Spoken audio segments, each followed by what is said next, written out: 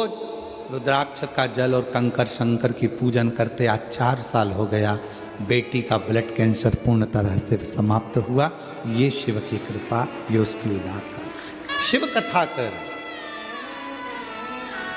भगवान शिव का पवित्र चरित्र कर। शिव महापुराण की कथा कर। महाराज तारकासुर के 3 बेटे तारकाक्ष, विदुमाली, कमलाक्ष की ने वर मांगा। ब्रह्मा जी ने कहा ऐसा वर नहीं मिल सकता जिसमें तुम अमर हो जाओ, मृत्यु तो निश्चित है, प्राण तो छूटेंगे, तो फिर वर दीजिए हम 3 पुरी में निर्माण करें। जब हम तीनों भाई एक साथ एकत्रित हों तो तीनों के प्राण एक साथ छूटे। तीनों को वर दे दिया, 3 पुरी का निर्माण कर दिया। तीनों अलग अलग महल में, नगर में, पुरियों में रहने लगे। तीनों ने विचार कर लिया इकट्ठे मत होना, एकत्रित मत होना, वरना तीनों मर जाएंगे। तीनों एकत्रित नहीं। बहुत उपद्रव मचाया, बहुत उपद्रव, डीले कम करो। जब बहुत उपद्रव मचाया तब देवताओं ने शिवजी से प्रार्थना करी और भगवान देवाधिदेव महादेव ने कृपा करी। स्वयं पशुओं के पति बन गए और सारे देवताओं को पशु बना दिया। दौड़ते दौड़ते तीनों के महल में प्रवेश कर कर एकत्रित करा और शिव जी ने तीनों का संहार कर दिया। शिव जी का नाम पशुपति नाथ हो गया। पशुपति, आ जाओ, पशुपति। और पशुपति नाथ भगवान देवाधिदेव महादेव स्वयं बनकर विराजमान हुए। तारकाक्ष, विदुमाली, कमला। सुंदर प्रसंग में 12 ज्योतिर्लिंग का स्मरण किया गया। महाराज सुंदर प्रसंग में 12 ज्योतिर्लिंग का स्मरण कराया गया और उसमें सुंदर वर्णन करते हुए प्रथम ज्योतिर्लिंग के रूप में श्री सोमनाथ जी का वर्णन किया।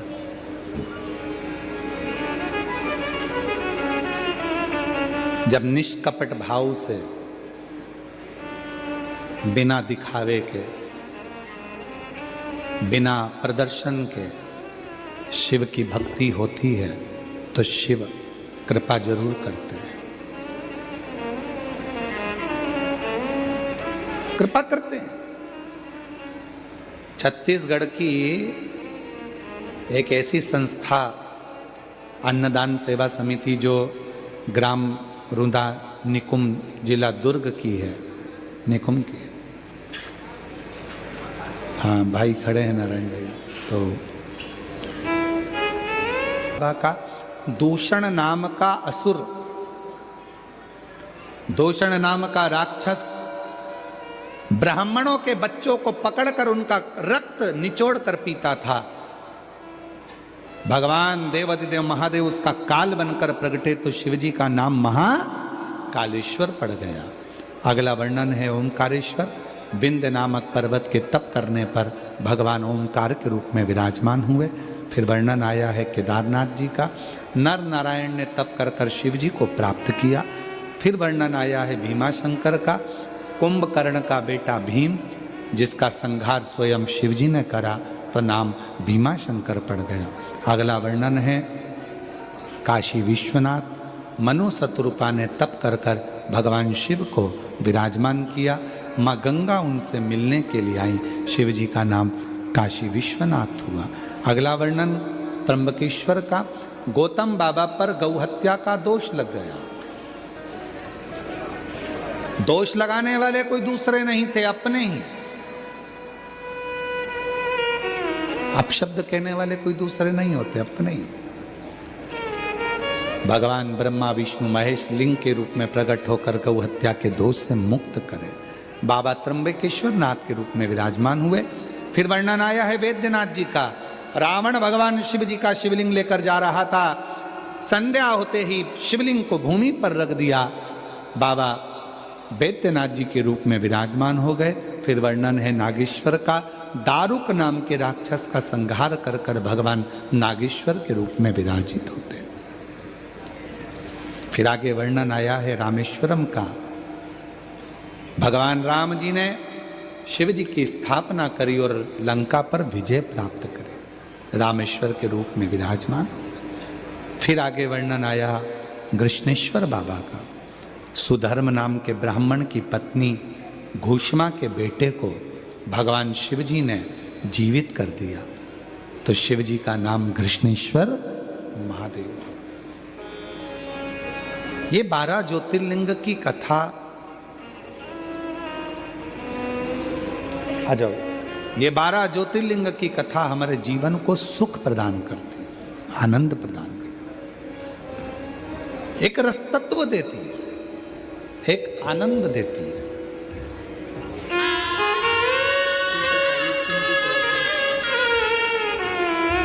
सोराइसिस की बीमारी थी, पूरे शरीर में खुजाल होकर खाल निकलती थी। 2012 से बीमारी थी, आज बाबा की कृपा से पूर्ण तरह से स्वस्थ हैं। एक बार जोरदार ताली बजाओ, पूरी बीमारी समाप्त हो।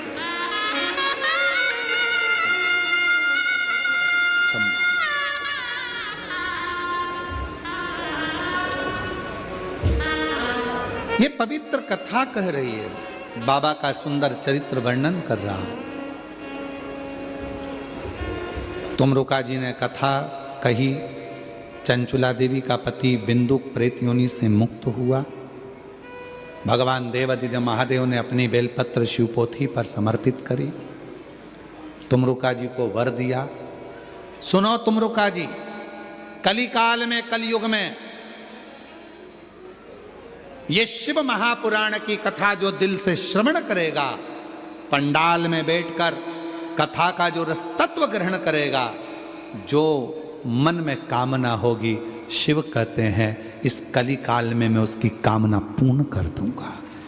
ये शिव पुराण कलिकाल में, कलियुग में एक सरल साधन है भगवान शंकर की अविरल भक्ति को प्राप्त करने। दिल से, हृदय से जो श्रवण करता है, उसके जीवन का सारा सुख वो प्राप्त करता है। ये पवित्र कथा रख लो, रख लो, बहुत सारे लोग गए, रखो, आप भी गए।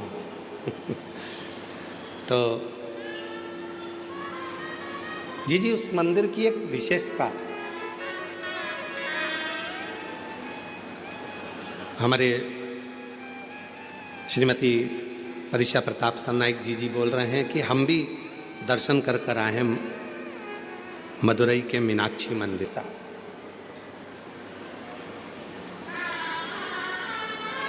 कभी आप लोगों ने ज्ञात करा कि उस मंदिर का निर्माण कैसे हो गया, कैसे मीनाक्षी देवी कौन है आखिर? शिव जी कैलाश पर बैठे हैं, मां अंबा जगदम्बा माता पार्वती उनके नजदीक में बैठी हैं। शिव महापुराण की विद्येश्वर संहिता कहती है, जब शिव जी की साक्षी में कोई पहुंचता है, भगवान शंकर के मंदिर में कोई पहुंचता है, शिवलिंग के सामने कोई पहुंचता है, शिव महापुराण की कथा में कोई पहुंचता है, शंकर के भजन में कोई पहुंचता है, शिव स्मरण में कोई पहुंचता है, उसके मन में जो कामना आती है वो कामना पूरी होती ही है, पूरी। इसका प्रमाण स्वयं शिव जी की कथा कर रही है। भगवान देवादिदेव महादेव माता सती को लेकर कुंभज ऋषि के आश्रम में जाते हैं, अगस्त बाबा के आश्रम में बैठकर कथा सुनने के लिए जाते हैं। और माता सती का विवाह हुआ था शिव जी के साथ। बड़ी सुंदर विवाह संपन्न होने के बाद शंकर भगवान माता सती को कुंभज ऋषि के यहाँ, अगस्त ऋषि के यहाँ जब कथा सुनाने के लिए लेकर गए, सती माता कथा सुनने के लिए बैठी तो सती माता के मन में आया, शादी के बाद तो पति को, पत्नी को भ्रमण कराने के लिए कहीं और लेकर जाना चाहिए, पर मेरी शादी होते से पति शिवजी मुझे कथा सुनाने बिठा दिए। शादी होते से ही मेरे पति ने, मेरे शंकर भगवान ने कथा सुना दी। शिवजी के पास में बैठकर माता सती के मन में आया, इससे तो ये शरीर जलकर भस्म हो जाए तो अच्छा। शिव पुराण की कथा कहती है, जो शंकर के पास में बैठकर, शंकर की साक्षी में बैठकर, शिव महापुराण की कथा में बैठकर शंकर भगवान के भजन में बैठकर उसके मन में जो कामना होती है शिव जी उसको पूरा जरूर करते हैं। सती के मन में कामना आई कि ये शरीर जलकर भस्म हो जाए तो अच्छा, और वो हुआ। सती माता अपने पिता के घर में दक्ष प्रजापति के यहाँ यज्ञ के कुंड के पास अपने प्राणों को त्याग दी और जलकर भस्म हो गई। क्यों? क्योंकि उनके मन में ये भाव आ गया था।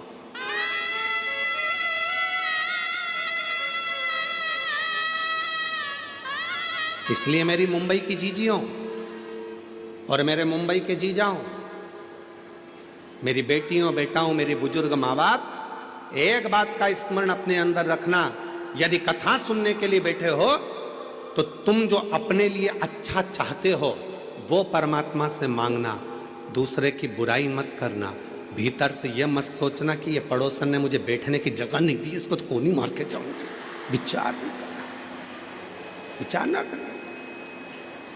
वायलेंटरों ने रोक दिया आपको, कार्यकर्ताओं ने रोक दिया, यहां से मत जा वहां से मत जा, और मालूम पड़े सिर पे पल्लू लेके मन में सोच लिया बाद में देखूंगी तुझे, रुक जा बाद में। और मन में अब तुम 5 दिन तो कथा के मिले,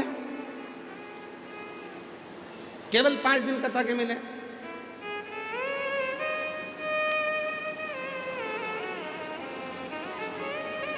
हमने मंत्री जी से पूछा, श्री प्रताप इंदर भाई बाबूराव सरनाइक जी से, कि मंत्री साहब ये कथा 7 दिन की जगह 5 दिन क्यों रखी? तो कहा गुरुजी पहले 6 मंथ का एग्जाम देख लूं, फिर फाइनल एग्जाम देख लेंगे।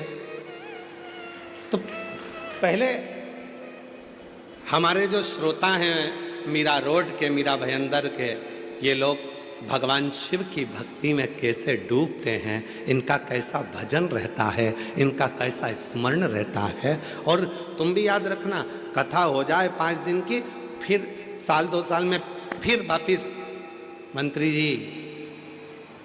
जी 7 दिन, मंत्री जी 7 दिन, 5 दिन में पेट नहीं भराया, 7 दिन, फिर चालू हो गया।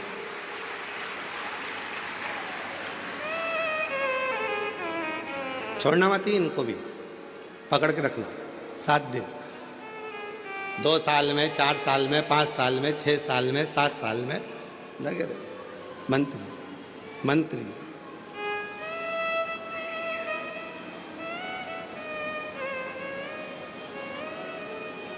शिव कथा में बैठकर वही विचार लेकर आना जो तुमको तुम्हारे लिए चाहिए।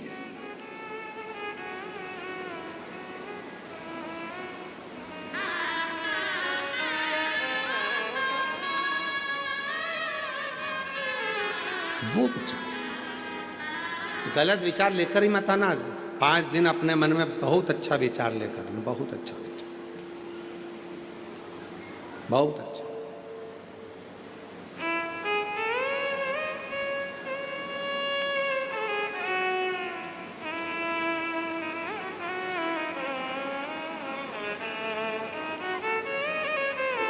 पार्वती जी बैठी थी शिव जी के पास में। पार्वती जी ने शंकर जी के विग्रह को देखा तो उनके 3 नेत्र हैं, हाथ में त्रिशूल है,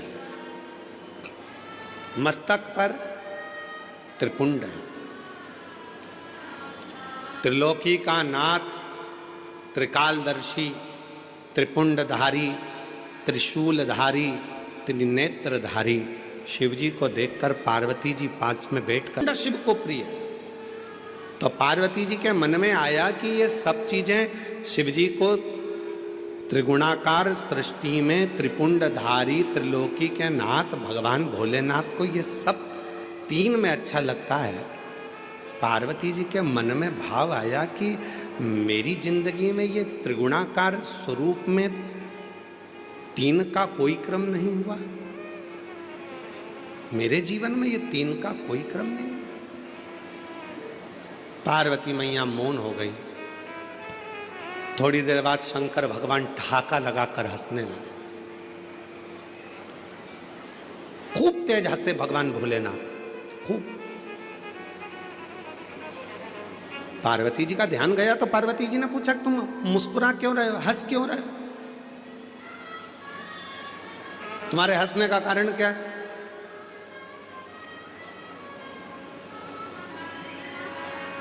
जब पति अचानक मोबाइल चलाते चलाते चलाते चलाते हंसने लगे,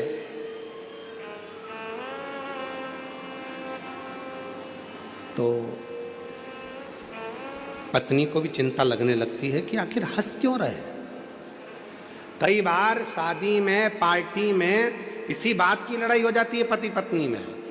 तुम घर में रहते हो तो तुम्हारा मुंह 24 घंटे ऐसा उतरा रहता, पूछो मत ही। और शादी में तो ऐसे मुस्कुरा रहे थे, पार्टी में तो ऐसे हंस रहे थे, मुझे देखकर कर्फ्यू लग जाता है। पति बोला ऐसी कोई बात नहीं, ऐसी कोई बात नहीं।